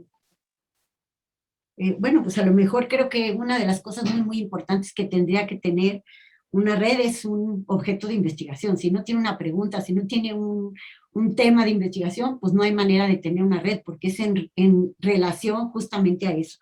Y otra cosa es que depende para qué es esa red. Si la red es como para no sé, para poder generar conocimiento, pues puede ser horizontal, porque bueno, pues para eso está, se cuenta, puede ser de diferentes disciplinas, puede ser para solucionar un problema, y entonces, bueno, pues se valen muchas cosas y se vale que sea más horizontal. Ahora, si es para un proyecto de investigación, si es para profundizar en algo, pues probablemente sea más disciplinar y lo que tenga sí es una estructura distinta y entonces sí no sea tan horizontal. Es decir, hay redes que son jerárquicas y pues me imagino, hace cuenta cuando alguien manda a un estudiante para que aprenda una metodología en otro país y luego regrese la relación que se hace es entre la red del investigador que manda al estudiante y lo recibe otra red donde de alguna manera empieza a haber ese intercambio y bueno, pues sí es jerárquica porque está yendo a jugar un rol o un papel y depende de los roles que se necesiten para el tipo de objetivo que se tiene, pues el tipo de estructura que tendrá la red para poder, bueno, pues generar, ¿cómo se llama? Establecerse como tal, ¿no? Entonces, bueno, sería como una primera cosa que plantearía, pero bueno, mis compañeros seguramente querrán decir algo. Adelante, Edgar. Gracias. Totalmente de acuerdo con la doctora Jamuy. No podríamos pensar en una estructura mínima de una red de investigadores o de asesores sin lo que señala la doctora, es decir, sin ver cuál es el objetivo de la configuración de la red y el tipo de producto que quiere generar, en el sentido de la producción de conocimientos, o bien otro tipo de producción a través de una red internacional que es el caso del que estamos hablando. En ese sentido, pues no comentaría más que insistir en que es así. Es decir, no podemos hablar de una estructura mínima, pero sí tenemos que hablar de que una red para que exista requiere la existencia de lo que se llaman nodos y conectores. Es decir, una red no puede funcionar en ausencia de las conexiones que se establecen para que estas funcionen. En ese sentido, si tendríamos que hablar o tuviéramos que hablar de una estructura mínima de funcionamiento, pues esa sería la estructura mínima en términos no solo conceptuales, sino en términos de operación de una red, la existencia de nodos y conectores. Ahora, el número de esos nodos y conectores, pues va a depender siempre de el objetivo planteado por la red y por lo tanto del alcance de los trabajos que se plantean realizar. Ese sería mi comentario sobre esa pregunta. Okay, excelente, Edgar. Maestro Luis Muñoz, si usted quisiera también intervenir respecto a esta pregunta. Pues de mi parte no tendría nada que agregar a lo dicho por Mary y por Edgar. Me parece que ellos enfocan con mucha precisión qué es lo que debería ser. Las redes son muy diversas, ¿verdad? Hay una gran diversidad, por lo tanto, responder a la pregunta sobre la estructura mínima me parece que la respuesta está, como decía Mary, en el objeto y en el para qué de la red. Ok, excelente. Pasaremos a otra pregunta. Es la siguiente. ¿Cómo abordar la internacionalización en instituciones de educación superior interculturales? Y ahí mismo se plantea cuáles serían las condiciones mínimas a desarrollar para desarrollar la internacionalización en IES interculturales. Doctora Bidú. Bueno, cuando yo hablaba de la interculturalidad, creo que lo tenemos que pensar en distintos niveles. Uno, la adquisición realmente de competencias interculturales, y sobre esto creo que la doctora Muy, que está dirigiendo una tesis sobre ese tema, podría hablarnos, pero también en términos de modelos y de condiciones. Si uno ve cómo se distribuían, por lo menos hasta 2019, los estudiantes móviles, aparece que había fenómenos de concentración muy evidente en algunas instituciones, sean privadas o públicas. y los otros segmentos del sistema de educación superior, como las universidades interculturales, que no van tan mal, pero sobre todo las universidades tecnológicas y los institutos tecnológicos estaban menos avanzados. Eso implica que hay que tomar en cuenta los entornos locales institucionales y no buscar proyectos de internacionalización que sean los dominantes, sino tratar de articular los intereses y las capacidades de los estudiantes y de los académicos a las propuestas. Y ahí conectamos con el tema, por ejemplo, de la cooperación sur-sur y de la cooperación solidaria. Es decir, tenemos que ver qué les interesa a nuestros alumnos, qué es lo que pueden hacer y tratar de idear y negociar proyectos que les ayuden en su trayectoria profesionales. En ese sentido, en el caso, por ejemplo, de las interculturales, cuando, y Araceli se acordará, cuando estábamos trabajando los temas de internacionalización y de educación superior intercultural, veíamos que para muchos su primera opción de salir de su entorno inmediato fue propuesto a través de un programa de movilidad, sea nacional, sea internacional, administrado por sus instituciones. Pero bueno, tiene que haber una accesibilidad de las oportunidades. Y muchas de las oportunidades que se manejan no son accesibles a nuestros estudiantes por sus mismos antecedentes en los cuales cuentan desde el capital viajero hasta las habilidades lingüísticas.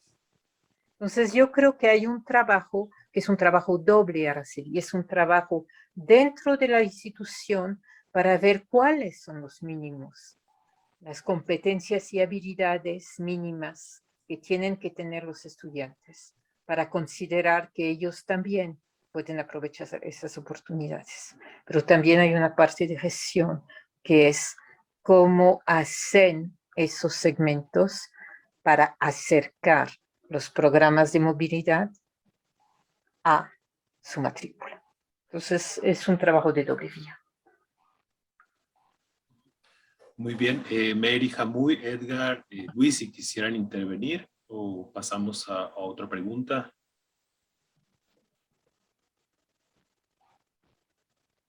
No, yo no. Sí, bueno, entonces otra pregunta que creo que sería muy pertinente plantear en este momento sería, ¿cuál sería el futuro de la internacionalización de las redes en un escenario post-COVID?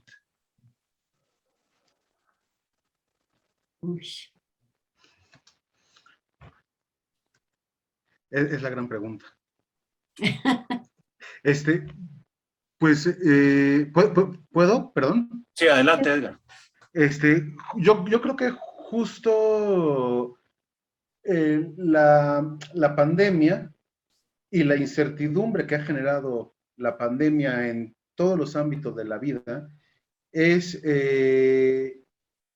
pareciera que con ella, como decía aquel autor, todo lo sólido se desvanece en el aire, aunque tendríamos que preguntarnos si lo sólido era tan sólido. Es decir, yo creo que una de las primeras cosas que tendríamos que plantearnos en términos del futuro de la internacionalización y de las redes que centralmente nos han estado ocupando en esta sesión respecto a el escenario post-COVID, que en algún momento llegará, no sabemos cuándo, nos va a obligar, o quisiera yo pensar, que nos va a obligar a pensar qué tan sólidas eran las bases a través de las cuales durante varias décadas ya se habían desarrollado en el mundo, pero particularmente en países de desarrollo medio como es México y como son los países de América Latina, y el Caribe, los aspectos centrales de la internacionalización. La doctora Silvi señalaba algo que es fundamental. El tema de la movilidad quizás sea el menor de los problemas en el escenario post-COVID, ¿no? Los problemas que creo que vamos a tener que pensar en términos de la internacionalización es, nuevamente, ¿para qué queremos la internacionalización? Pero además en un escenario en donde pienso yo, me puedo equivocar, que los nacionalismos van a, ya vemos indicios de ello, pero van a resurgir con mayor fuerza en términos de proyectos de país que van a implicar la necesaria reflexión por parte de, pues no solo de nosotros, sino de todos los que se interesan en este tipo de temas, respecto a cómo se va a reorganizar, cómo se van a reorganizar diferentes pautas de acción a nivel mundial para la producción de conocimientos en un escenario que yo presumo, me puedo equivocar, de mayor auge de los nacionalismos y por lo tanto del relativo debilitamiento del regionalismo. En ese sentido, por eso señalaba cuando hacías la pregunta, Juan Pablo, de los grandes temas, digamos, conceptuales, teóricos que deberíamos estar tomando en cuenta en las agendas de investigación en esta materia, ponía énfasis en la regionalización, porque ahí es donde vamos a tener un desafío importante para pensar estos temas en el escenario post-COVID. Ahí dejaría yo mi comentario. Muchas gracias, Edgar. Mary. Sí. Sí, totalmente de acuerdo, Edgar. Yo creo que, bueno, pues hay mucho de lo que tú estás planteando que yo plantearía. Yo creo que una de las cosas que es muy importante es tratar de ver cuáles son las necesidades, cuáles son las circunstancias justo de las redes, de los estudiantes, y tratar, pues tratar un poco de que haya esa autonomía, esa libertad como para plantearlos y seguir escarbando para poder generar pues, algunas redes que justo den cuenta de lo que el problema que nosotros estemos planteando. Es decir, hay que, sí, yo creo que después va a haber como movilidad, pero yo creo que ahora la movilidad va a ser mucho más intencionada, porque ya no es tener movilidad por tenerla, sino que la movilidad estudiantil va a estar como más enfocada a justo lo que se necesita, problemas específicos, a poder generar conocimiento de un cierto tipo. Y yo creo que también se van a generar grupos nacionales para poder resolver cierto tipo de problemas, porque tampoco va a haber muchísimo financiamiento para eso.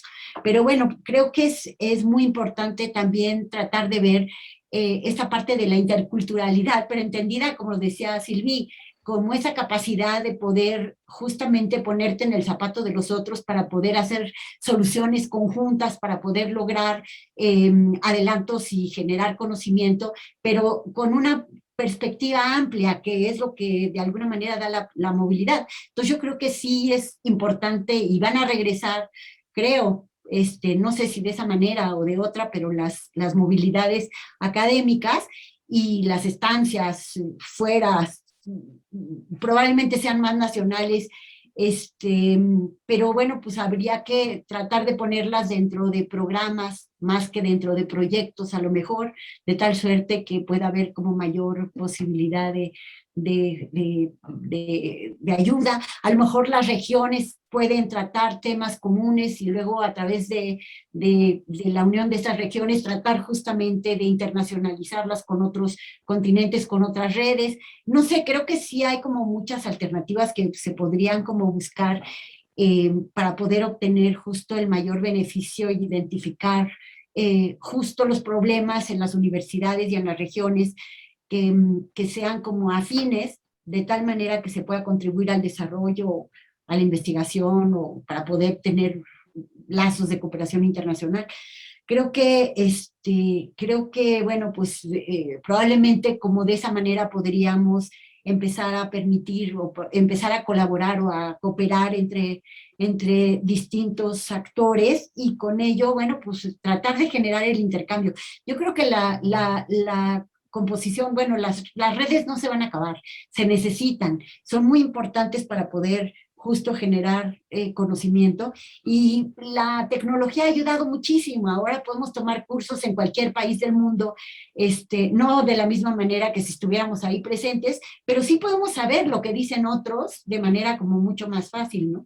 Y creo que, bueno, pues sí hay que pensar en otros espacios, que no hay que quedarnos solamente con Estados Unidos, con España, con Francia, con el Reino Unido. Creo que sí es muy importante también abocarnos en esta geopolítica de la que en algún momento habló también Edgar o Luis, y que, bueno, de alguna manera diversificarla, ¿no? Tratar de ver con países asiáticos, con países orientales, con países africanos, y entonces, bueno, pues a lo mejor pues esas redes pueden ir más allá de ese papel y de esos convenios formales, para podernos orientar más por afinidades, por problemáticas o por intereses comunes que tengan que ver justo con nuestra identidad, que tengan que ver justo con nuestra cultura, y que nos permitan, pues, ser, es decir, hacer como ciencia nacional al mismo tiempo que la hacemos internacional, y que lo internacional pues pueda ayudar a lo nacional, ¿no?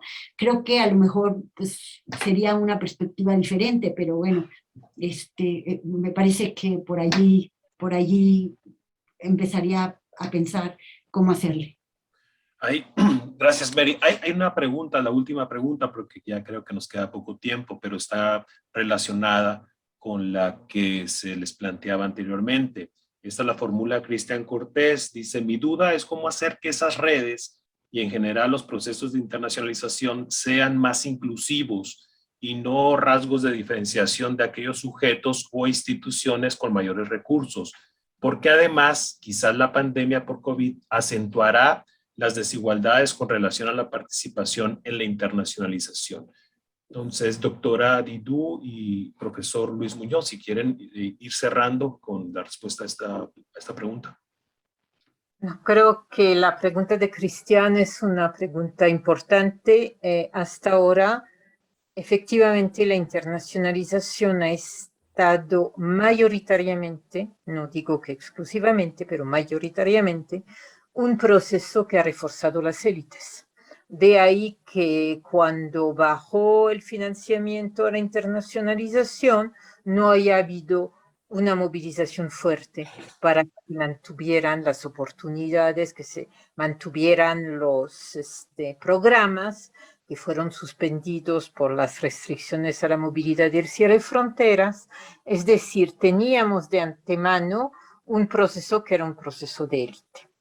Lo que hay que tratar de ver ahora es en qué condiciones y con qué financiamiento, porque eso tampoco es gratuito, poder echar a andar programas en cierta forma de internacionalización afirmativa o compensatoria para las instituciones, no tanto para los individuos, y poner las instituciones dentro de espirales de internacionalización endógena. Creo que eso es un reto, porque implica que haya mayor autonomía, y a veces no tienen ni recursos ni personal académico en los establecimientos de educación superior, para que ellos no solo se ajusten a lo que existe afuera, sino que sean en condiciones de generar y de obtener respaldo a sus propios proyectos de internacionalización. Y esto implica un trastocamiento de las relaciones de autoridad y de jerarquía que se han establecido y son innegables en torno a la implementación de propuestas de internacionalización. Ahí lo dejaría. Muy bien, doctora, muchas gracias. Maestro Luis Muñoz, si quisiera cerrar con alguna reflexión.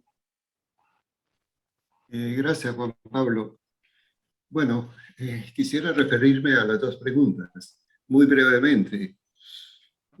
Con respecto a la primera, me parece que es una pregunta, yo la calificaría como una pregunta sísmica. Nos mueve el piso. Porque sí, como dije en mi primera intervención, en este momento lo que tendríamos que estar haciendo es indagando cuáles son las condiciones en las que estamos en el contexto de pandemia para imaginar condiciones post-pandemia. En ese sentido, creo que responder a esa pregunta sería como un vuelo de la imaginación, imaginando escenarios, pero que son escenarios que no tienen, para los cuales no contamos con la información suficiente como para fundamentarlos. Con respecto a la segunda pregunta, coincido totalmente con la persona que hace la pregunta y con la respuesta de la doctora Didú. Sí, la internacionalización ha sido de élite, efectivamente, no ha habido una democratización de la internacionalización y eso se había venido cada vez más acentuando. Creo que con la pandemia, especialmente en los países de América Latina, las desigualdades se han ampliado muchísimo, no solo en el contexto general de la sociedad, sino en las poblaciones estudiantiles, por ejemplo. Incluso en las poblaciones docentes, en las comunidades docentes. Aunado a esto, con restricciones o recortes del Estado para la educación. En Costa Rica, por ejemplo, acaban de aplicar un recorte muy significativo, muy grande, al sistema educativo nacional.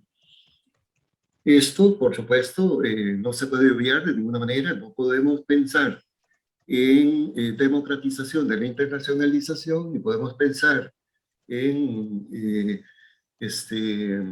el desarrollo de redes, ni en una estabilidad en el desempeño, en el funcionamiento de las redes, en un contexto como este. Yo creo que el aspecto financiero pasa a ser en este momento el aspecto principal. En mi experiencia de participación en OSMAC y en RIMAC, la Universidad de Costa Rica financiaba mis viajes, en algunas ocasiones no lo hizo y los financié de mi propia cuenta. Y también pues con el apoyo de la coordinación de las redes. En este momento, en la Universidad de Costa Rica hay recorte también para la movilidad internacional de académicas y académicos. Entonces, repito, lo que tendríamos que estar haciendo, y ahí vi que en el documento que nos compartió Silvi, hay avances, me parece que hay avances en una red, el DRAC, me parece. Han empezado ya a trabajar en estos temas, hacer estas indagatorias, que creo que no solo es una indagatoria que tenemos que hacer de nuestra parte como participantes en redes, sino que tienen que estarlas haciendo las instituciones. Yo lo dejaré ahí. Excelente, maestro Muñoz. Muchas gracias. Bueno, gracias a todos. Con eso ya cerramos esta mesa.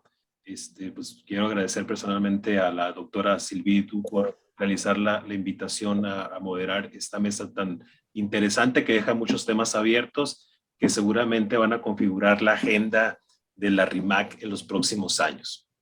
Agradecemos también la participación de los asistentes y hay un mensaje que quisiera compartir con ustedes. La próxima semana se tendrá la presentación Presencia del DIE en la política y el debate público a cargo de la doctora María Ibarrola y de la doctora Alma Maldonado, lo cual debió haberse presentado esta semana, pero fue imposible hacer coincidir las agendas de los participantes.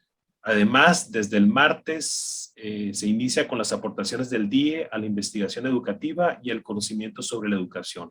Habrá sesiones por la mañana y en la tarde y se pide a los asistentes pues, que revisen con cuidado los detalles, los horarios. Pues buenas tardes y muchas gracias a todos los participantes y asistentes a esta mesa. Yo también nada más quiero cerrar la mesa agradeciendo a todos los que nos acompañaron hoy y a mis invitados que estuvieron aquí animando esa sesión que espero haya sido del interés de todos ustedes. Hasta luego y muchas gracias.